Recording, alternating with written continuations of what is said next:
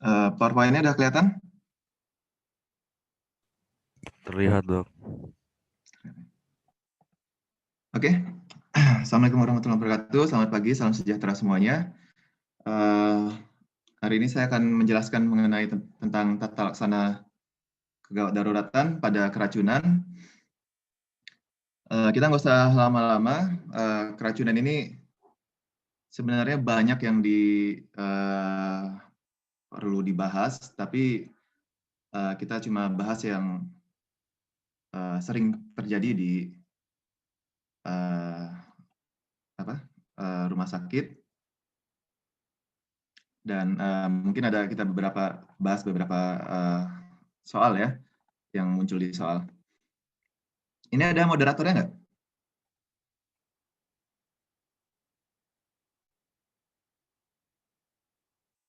Nggak ada ya?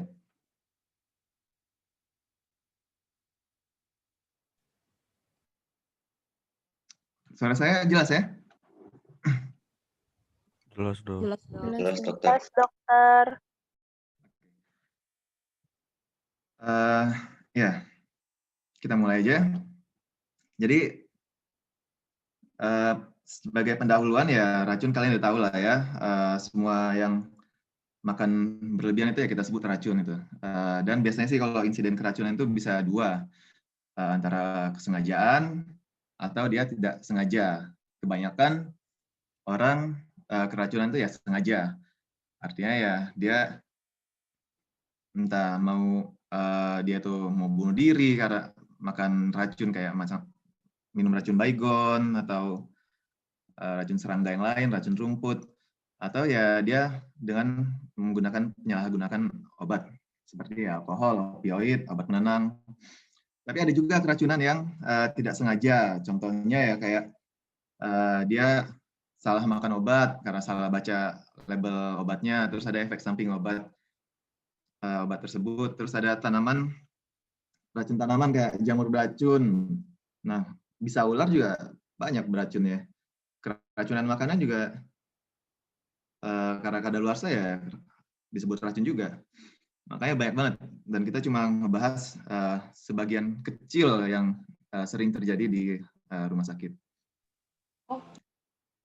Cara patogenesisnya ya semua racun yang bisa dari saluran cerna, dari dihirup, dari paru, kemudian disuntik dari intravena, sama ini saya nggak tahu nih intraperitoneal, maksudnya ini langsung ke dalam perutnya, tapi saya belum pernah nemu obat yang kayak gitu, kecuali ya hemodialisa aja kan. Kemungkinan yang 3 ini ya yang paling sering. Dan biasanya dari semua racun itu dia setelah masuk darah akan mempengaruhi sistem saraf pusat. Sistem saraf pusat yang akan diefek adalah itu dia simpatis sama parasimpatis. Yang kalian harus ingat, simpatis ini adalah kalian tahu flight and fight response ya. Itu kalau misalnya orang kayak mau berantem, nah itu ya saraf simpatisnya yang bekerja. Contohnya kayak takikardi, nafasnya cepat, kemudian pupilnya membesar, pokoknya kayak kita kayak mau berantem atau kita mau kayak lari gitu. Itu simpatisnya yang bekerja. Sedangkan kalau parasimpatis ini yang semua yang kebalikannya dari simpatis, kayak istirahat ataupun kalau kita mau makan.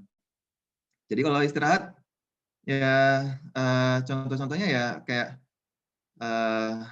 nadinya jadi lambat, nafasnya jadi lambat, terus kita kayak mau penurunan kesadaran. Nah, kalau kayak mau makan ya berarti salivasinya dia banyak. Nanti ada nih kita bahas lagi yang untuk masalah obat yang menyebabkan salivasi banyak. Intinya cuma 2 itu aja. Tapi ada juga banyak juga obat yang tidak mempengaruhi simpatis, tapi langsung ke selularnya gitu. Nanti kita akan bahas. Nah, yang paling penting itu adalah anamnesis. Ini yang paling penting di antara pemeriksaan-pemeriksaan yang lain. Pemeriksaan fisik, pemeriksaan laboratorium itu nggak terlalu berguna. Yang paling penting adalah anamnesis. Yang harus kita ketahui itu adalah yang 3 pertama ini. yaitu jenis, jumlah, dan kapan dia minumnya. Kemudian ya ini gejala sejak terpaparnya, apa aja gejalanya, sama keadaan pada saat dia terpapar.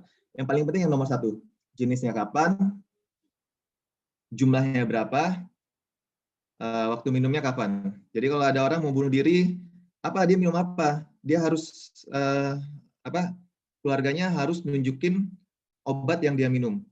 Kalau enggak kita ya cuma ngeduga-duga aja. Terus jumlahnya berapa? Dia mau minum 1 teguk. Kalau 1 teguk kan berarti dia nggak sengaja. Terus atau dia mau minum 1 gelas. Kalau 1 gelas ya berarti dia sengaja kan. Dan kapan dia terpaparnya? Yang paling penting itu 2 jam. 2 jam pertama. Kalau udah lebih dari 2 jam berarti racunnya itu udah terserap. Kemudian ya bisa juga kita tanyakan terapi apa aja yang sudah diberikan, seperti kayak sirup ipecac ini untuk merangsang muntah, atau bisa kita tanyakan udah cuci lambung atau belum gitu. Terus riwayat penyakit atau ya riwayat kayak psikiatri, entah dia makan obat psikiatri kan, anti kolinergik atau kayak Xanax gitu. Ada riwayat alergi atau enggak, obat-obatan yang rutin diminum. Nah, pekerjaannya penting juga itu, karena banyak juga pekerjaan pasien yang dia terpapar oleh zat-zat beracun. Nah, kemudian apakah pasien bisa menggunakan terapi alternatif, contohnya herbal. Ini juga banyak ya pasien makan herbal terus dia muntah-muntah. Tapi yang paling penting adalah yang 3 ini, jenis, jumlah, dan waktu kapan terpapar terminum. Pastikan keluarga itu menunjukkan obat yang dia minum. Pasti ada botolnya itu. Pemeriksaan fisik, ya tetaplah kalian periksa jalan nafas, tanda vital. Kalau bisa dicek ukuran dan refleks pupilnya. Kemudian untuk scoringnya, ini boleh kalian scoringnya untuk menentukan dia berat atau tidaknya. Kita bisa menentukan dia ke depan prognosisnya seperti apa. Nah, ini pemeriksaan mata. Yang paling kita lihat itu dia miosis atau midriasis. Miosis dia mengecil. Itu biasanya pada obat-obat yang menyebabkan parasimpatetis, seperti kayak organofosfat, opioid, kolinergik, sama klonidin. Kalau kita makan opioid, rasanya kan kayak lemas, gitu, kayak pengen nge-fly aja. Itu dia bisa menyebabkan, bisa dilihat dari matanya tuh miosisnya atau enggak ya. Sedangkan kalau midriasis dia membesar ya, biasa ya kayak atropin inilah yang nyebabin dia matanya membesar ya. Antidepresan ini juga justru malah merangsang saraf simpatetiknya ya. Pemeriksaan neuropati bisa,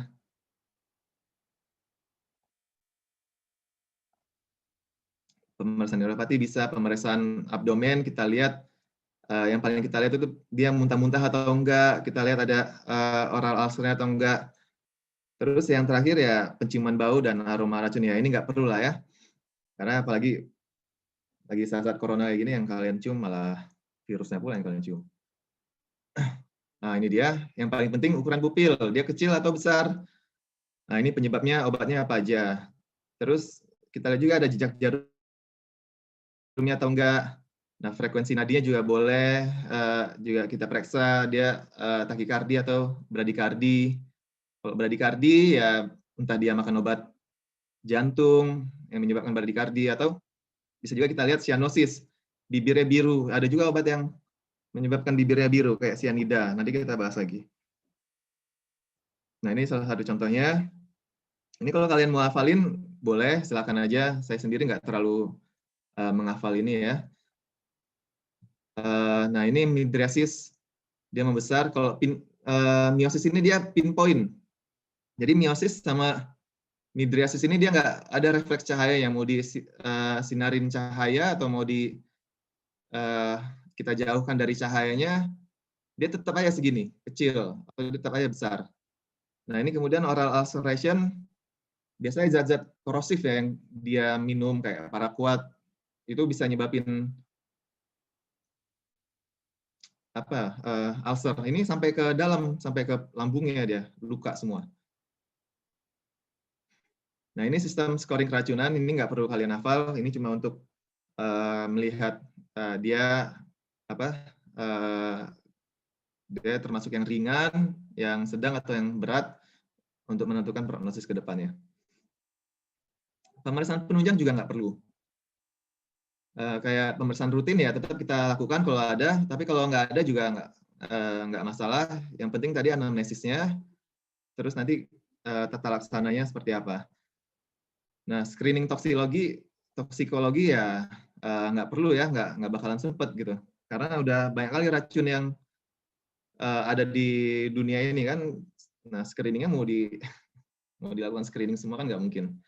X-ray abdomen juga ini sebenarnya untuk nentuin ada bentuk pilnya atau bentuk obatnya seperti apa yang di dalam perut. Ini nggak penting juga. Tadi itu yang setelah kita anamnesis, yang paling penting adalah tata laksananya. Tata laksana itu dibagi jadi 6. Tapi yang paling penting adalah stabilisasi atau vital sign-nya. Itu harus tetap yang paling utama. Pemeriksaan laboratorium perlu dilakukan, kalau nggak bisa juga nggak masalah. Dekontaminasi saluran cerna, kulit, dan mata nanti kita bahas lagi. Pemberian antidot, eliminasi toksin dan observasi dan disposisi pasien dipulangkan atau tidak. Nah, yang pertama stabilisasi. Stabilisasi ya yang kalian harus tahu ya ABCD, airway, breathing, circulatory disability atau kelainan neurogenik, ditambah dengan kalau kalian bisa glukosanya, karena pada pasien keracunan dia biasanya hipoglikemi, keracunan alkohol, keracunan opioid itu dia hipoglikemik dan kadang-kadang bisa menimbulkan kejang sama demam juga. Jadi ini harus kalian awasin juga. Untuk yang terakhir ya resusitasi antidot. Ini nanti belakangannya kita bahas. Paling airway, breathing, sama sirkulasi. Nah ini kalau untuk airway-nya, airway sama breathing-nya yang paling penting kita lihat adalah adanya cyanosis atau SpO2. SpO2 yang normalnya adalah di atas 95 ya, 95 ke atas. Kalau dia di bawah 94, nah itu berarti udah ada masalah. Apalagi di bawah 90.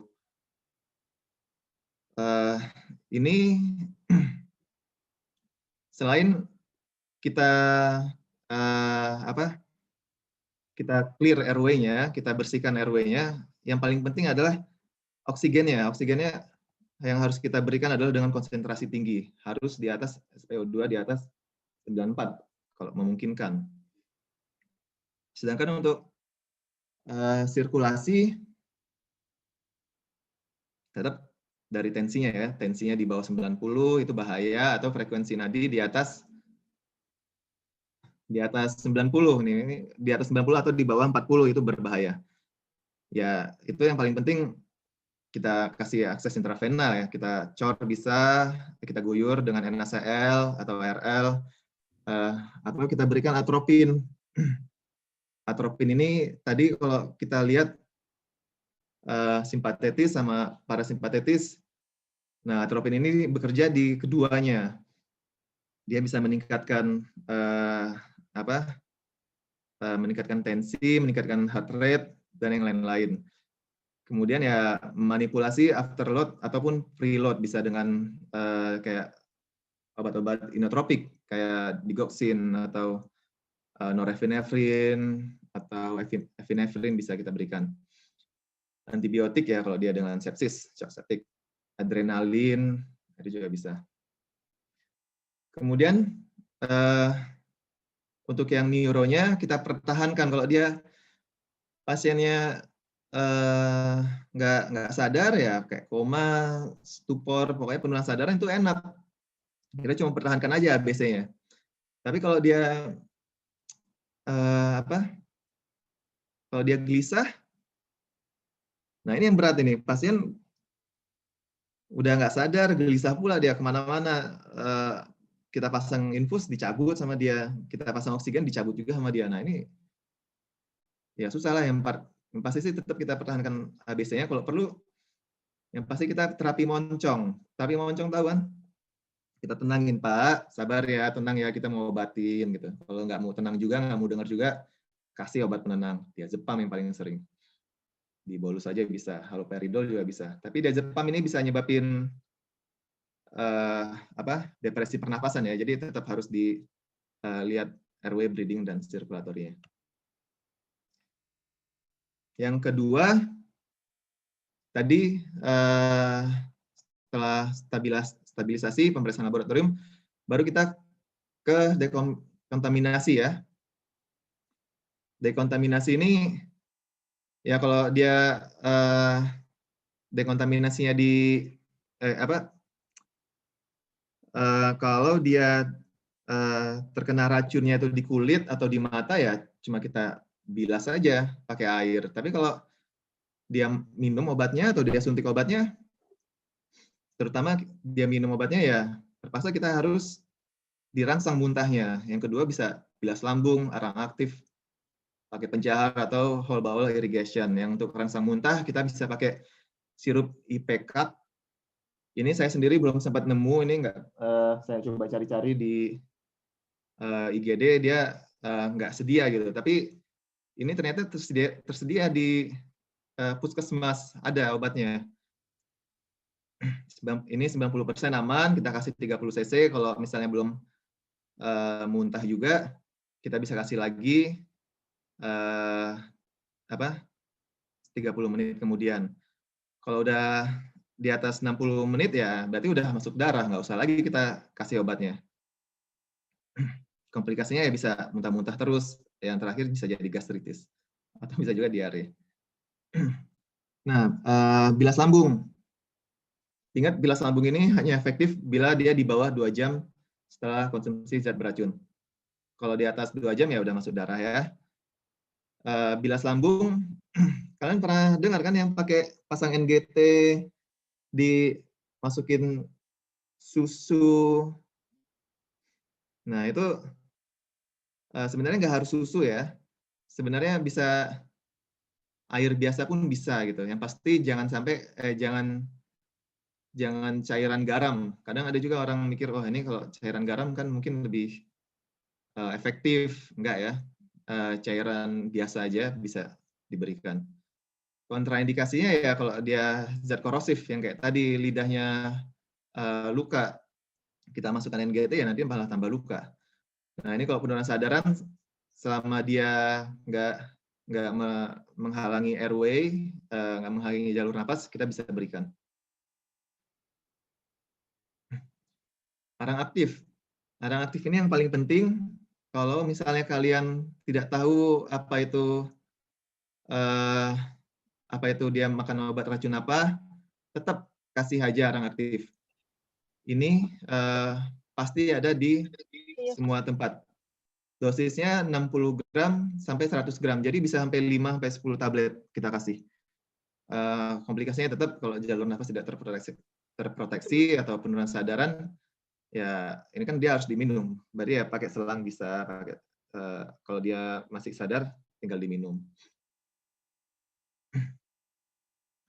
Pencahar biasanya kayak Microlax ini atau Dulcolax juga bisa diberikan dengan dengan bersama arang aktif. Tapi ini data klinisnya masih sedikit juga ya.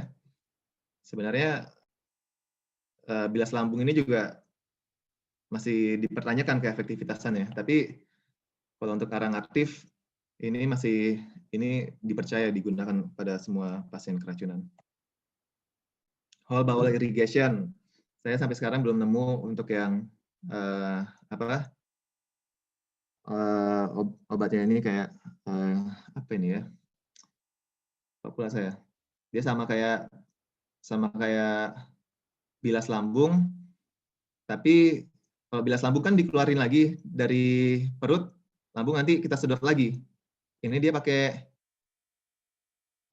suction. Biasa kita suction sendiri itu.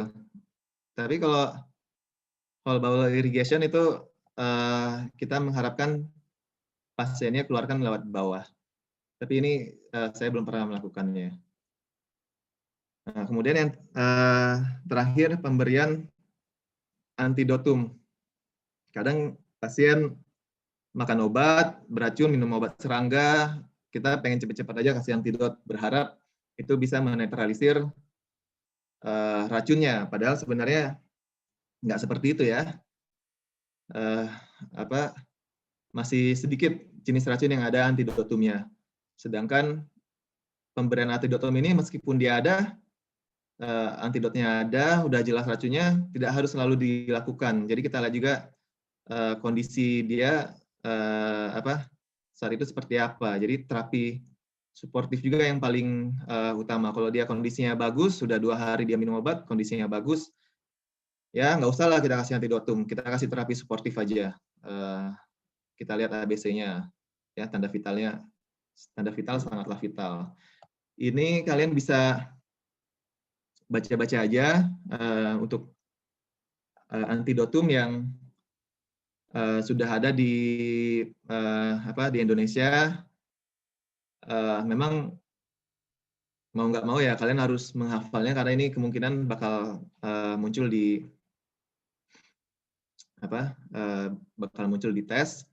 Tapi nanti biar kita bahas lah yang kebanyakan yang muncul di tes atau kebanyakan yang muncul di rumah sakit.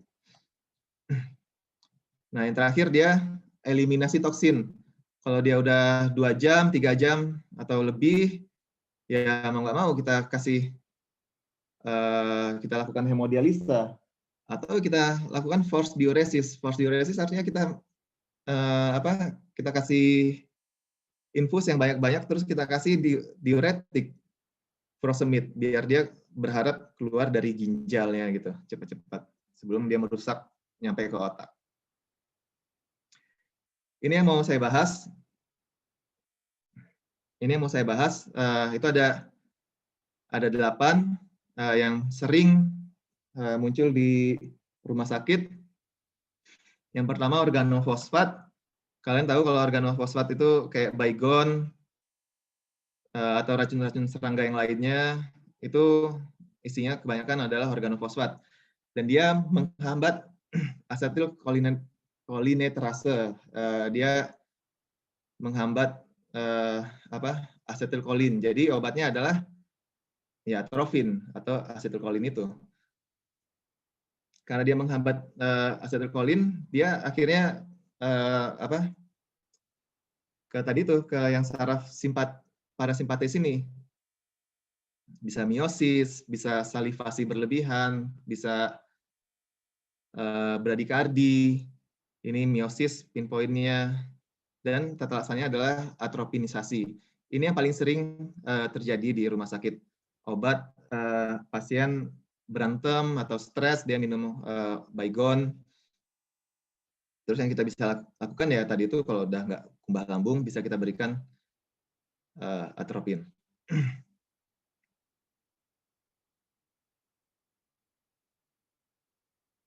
Nah, yang kedua, racun rumput ya. Ini kalau kalian ke puskesmas, kalau kalian nanti di puskesmas di ujung-ujung pedesaan sana, kalian nggak bakal nemu yang namanya baygon. Kebanyakan mereka minum racun rumput. Kalau racun serangga mereka nggak pakai, mereka makanya racun rumput karena mereka petani semua. Nah ini kalau paraquat ini, kalau dia minum lebih dari setengah gelas, itu udah pasti dia bakal mati. Saya beberapa pasien yang minum paraquat ini, cuma 1 pasien yang selamat. Itu pun dia masih muda dan terakhir luka semua lidahnya. Klinisnya dia memproduksi radikal bebas. Jadi sehingga terjadi nekrosis jaringan. Jadi apapun yang lewat dari paraquat itu semua nekrosis. Karena dia lewat dari saluran cerna, berarti ini nekrosis semua, ulcer semua sampai ke dalam lambungnya. Kalau udah masuk ke dalam darah, ke paru, akhirnya fibrosis. Nah, kalau ke otak ya pasien yang meninggal. Terapinya ya bersifat suportif atau bisa kita lakukan cuci darah kalau sempat. Nah, yang ketiga alkohol ya. Alkohol yang perlu kalian ingat adalah gangguan penglihatan. Nah, ini kalau biasanya sih kalau alkohol yang biasa nggak terlalu parah-parah kali ya, paling pasien teler aja. Tapi yang masalahnya yang miras oplosan ini. Kalau dia sekali minum miras oplosan ini, dia mortalitasnya bakalan tinggi. Dia bisa menyebabkan kebutaan. Antidotumnya, ternyata antidotumnya juga alkohol juga, tapi bentuknya kalau misalnya ini miras oplosan ini dia metanol, nah ada juga yang alkohol berbentuk etanol. Ini kita kasih etanol juga. Ini sebenarnya bukan alkohol ya, tapi metanol dia. Kita kasih antidotumnya sama-sama alkohol, tapi dia bentuknya etanol. Bisa juga pomepizol atau bisa juga natrium bikarbonat. Sebenarnya natrium bikarbonat ini dia untuk mencegah asidosisnya.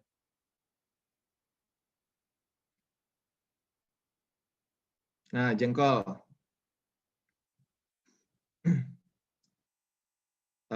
Jengkol ya pasien biasanya nyeri perut ya. Sebenarnya nyeri perutnya ini entah dia bisa jadi asam lambungnya atau bisa langsung bikin batu ginjal sehingga terjadi obstruksi saluran kemih. Ya alasannya cuma hidrasi aja lah kalau obstruksi saluran kemih ya. Tahu cara diagnosisnya konsumsi jengkol? Ya kita cium aja baunya kan, bau jengkol. Nah ini kemudian ada juga sianida. Sianida saya belum pernah dapat pasiennya ini, tapi kemarin kan sempat heboh-heboh ya si Jessica itu kan kopi sianida. Jadi tetap juga saya masukkan. Dia menyebabkan selnya itu tidak bisa menggunakan oksigen. Jadi sehingga kalau kita lihat itu bibir kalau dia meninggal bibirnya itu ya pasti paling biru sama yang ujung-ujung kukunya itu biru karena dia nggak bisa gunain oksigen, otaknya pun nggak bisa menggunakan oksigen. Jadi dalam waktu 5 menit aja udah bisa langsung meninggal pasiennya. Nah ini sodiometer juga saya nggak pernah gunain.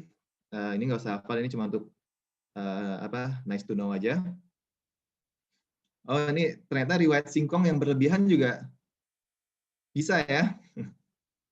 Riwayat singkong yang berlebihan juga bisa. Pasien kebanyakan makan ubi atau makan singkong. Nah ini terus tiba-tiba kayak dia sesak atau sakit perut. Nah ini bisa ya nggak perlu lah kita kasih anti cyanida kalau konsumsi singkong ya, cuma suportif aja. Opioid ini sering muncul di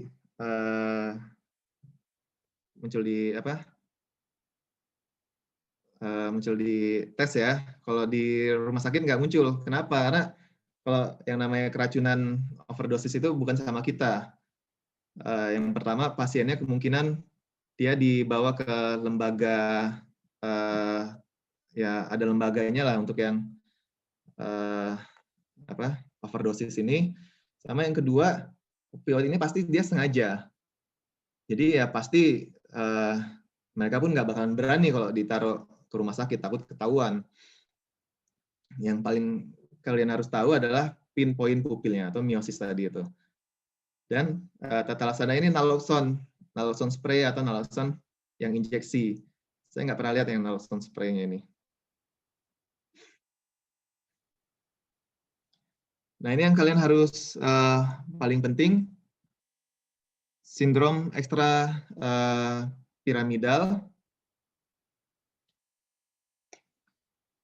Sindrom ekstrapiramidal ini harus hati-hati, biasanya ini gara-gara kita kasih pengobatan dari kita.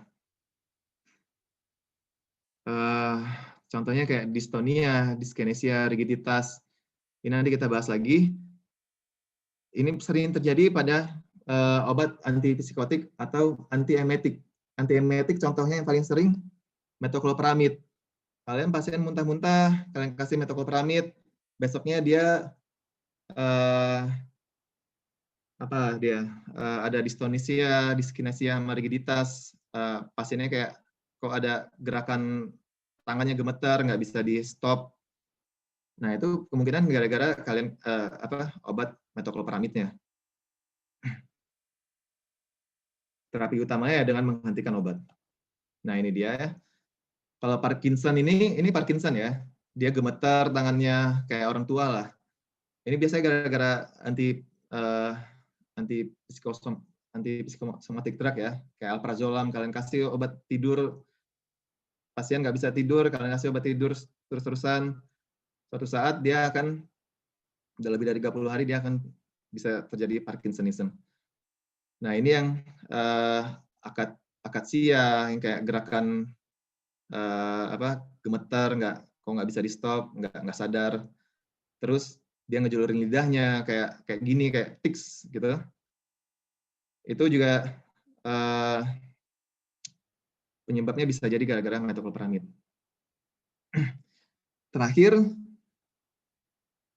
gigitan ular berbisa ini jarang muncul, tapi kalau kalian nanti ke puskesmas bakalan banyak gitu yang gigitan ular berbisanya. Nah ini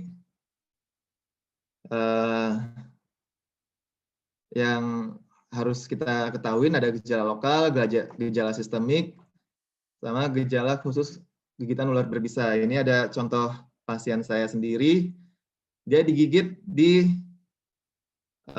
sekitaran sini sebenarnya yang digigit, di kaki bagian bawahnya, tapi dia ada hematom sampai ke atas. Ini karena dia terjadi gangguan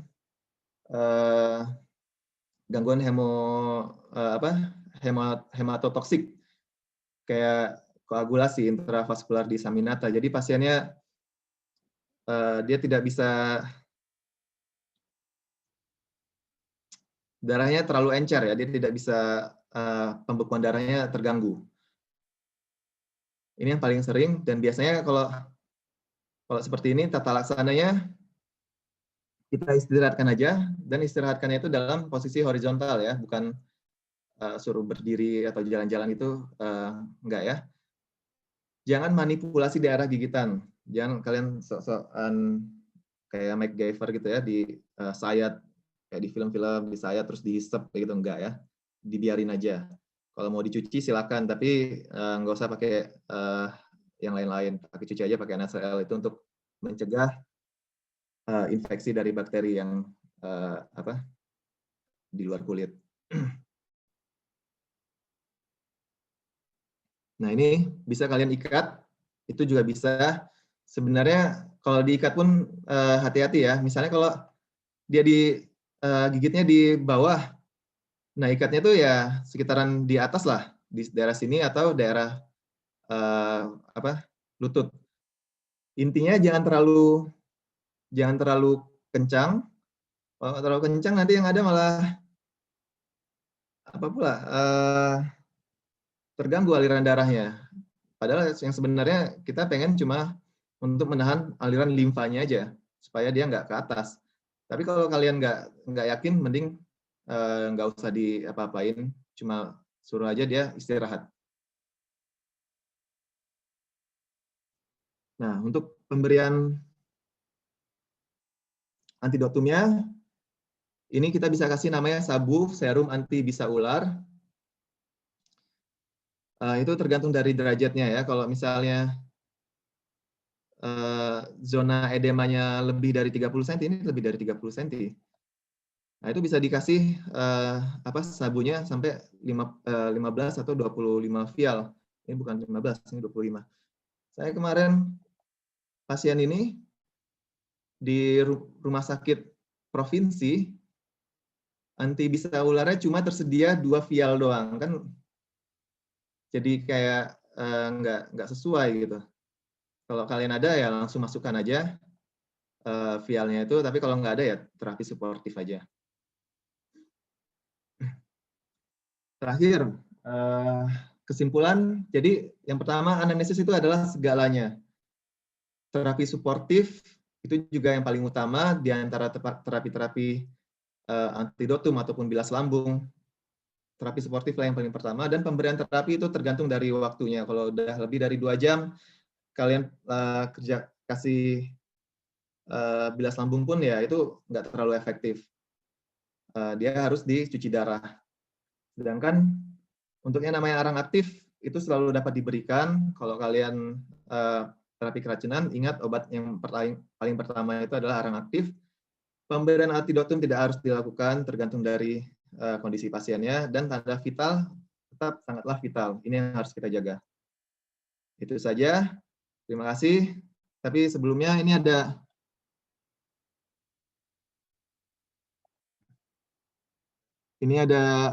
contoh soal mungkin untuk membantu kalian nanti ujian bloknya. Nah, coba bisa dijawab. Seorang wanita 25 tahun datang ke UGD dengan kondisi mual muntah sejak kemarin. Pasien kemudian dirawat dan diberikan terapi untuk mual muntahnya. Setelah 2 hari perawatan, pasien merasa ada gerakan seperti mengunyah, menjulurkan lidah, keluar masuk mulut, lidah menjilat-jilat daerah pipi, pokoknya gerakan yang nggak jelas lah. Tanda vitalnya normal. Penyebab yang paling tepat adalah apa? Penyebab yang paling cepat.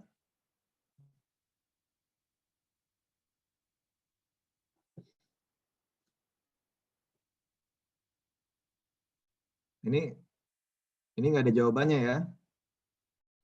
Apa kira-kira penyebab yang paling cepat? Ini salah ya, bukan nggak ada jawabannya ini. Ini kok pada diam karena nggak ada jawabannya atau nggak tahu. Penyebab yang paling cepat itu ya metoclopramid ya. Metoclopramid atau antiemetiknya ya.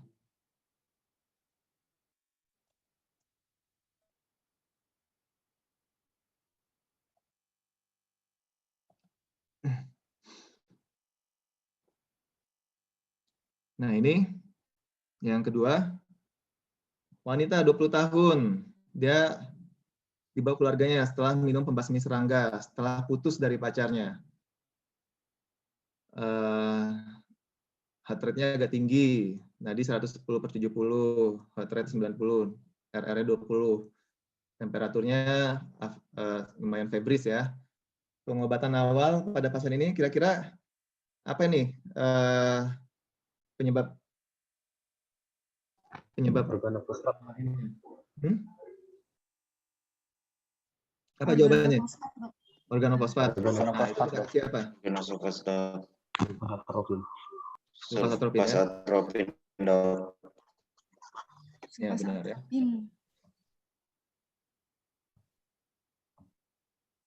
Terus yang terakhir, seorang pria 37 tahun sedang berburu di salah satu hutan. Tanpa disadari kakinya digigit ular. Dia beranggapan ular itu tidak berbisa. Tapi setelah sampai di rumah sakit dia mengeluh nyeri yang hebat pada bekas luka gigitan. Harus mengalami mual muntah. Melihat keadaan ini keluarga tiba di rumah ya. Keluarga dibawa ke rumah sakit terdekat. Sebelum dibawa bagusnya Yang B, Dok. Yang B, Dok. Yang B, Dok. B, Dok.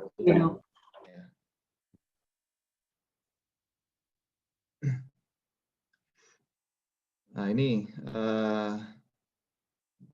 sama ya, tanpa disadari kakinya digigit ular. Ini nyeri hebat. Pemeriksaan fisiknya adalah luka pada gigitan bekas kaki. Bengkak dengan ukuran lebih dari 14 cm. Adanya venerasi. Kira-kira yang mana ini? Kayaknya kalian nggak mungkin hafal ya. Mungkin ini kita balik lagi aja. 2 sampai 15. Tapi sebenarnya dia ada venerasi, berarti ada gejala sistemiknya. Berarti dia yang sedang ya, yang derajat kedua ya.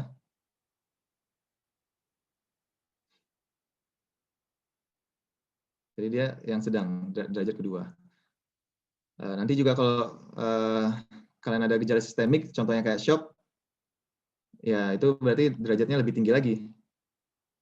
Nah, gejala sistemiknya, shocknya berat atau enggak, nah itu gejala sistemiknya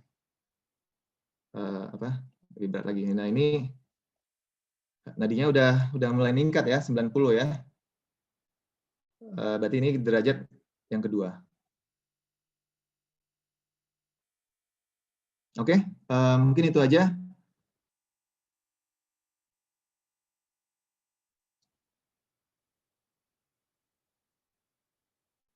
Coba bentar dulu ya, mungkin saya ada tambah satu lagi aja. Itu yo, denger yo. Apa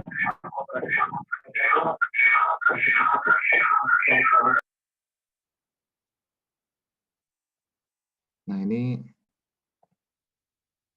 saya tambah satu. Udah ketahuan.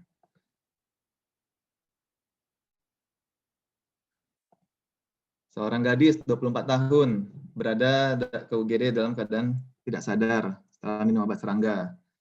Pemberian injeksi atrofin. Yang merupakan parameter terjadinya atrofinisasi adalah tadi minum obat serangga dia pinpoint. Jadi kita kasih atrofin. Yang kita harapkan apa ini? Midriasis. Oke. Oke, mungkin sekitar itu aja. Ada yang mau bertanya?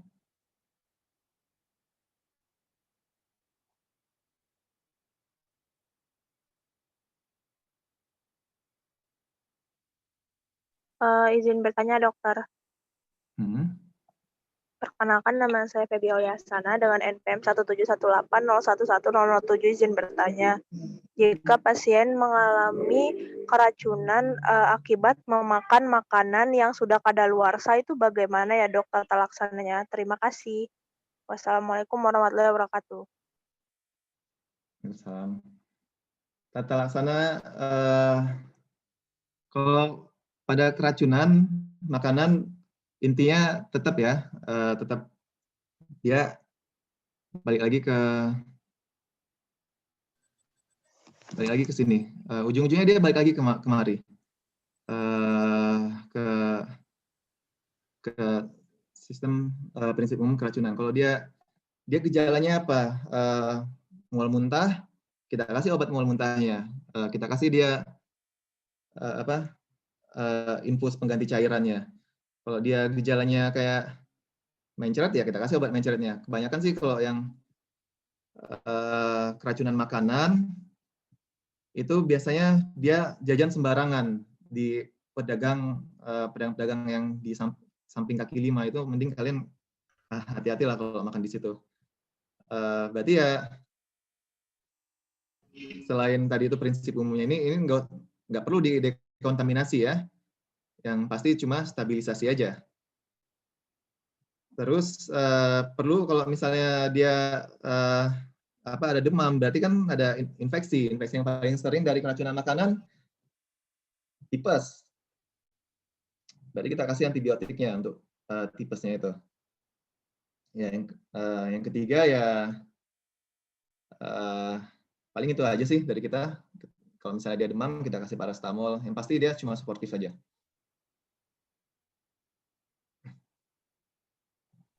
Baik, terima kasih dok. Oke. Ada lagi? Kalau nggak ada,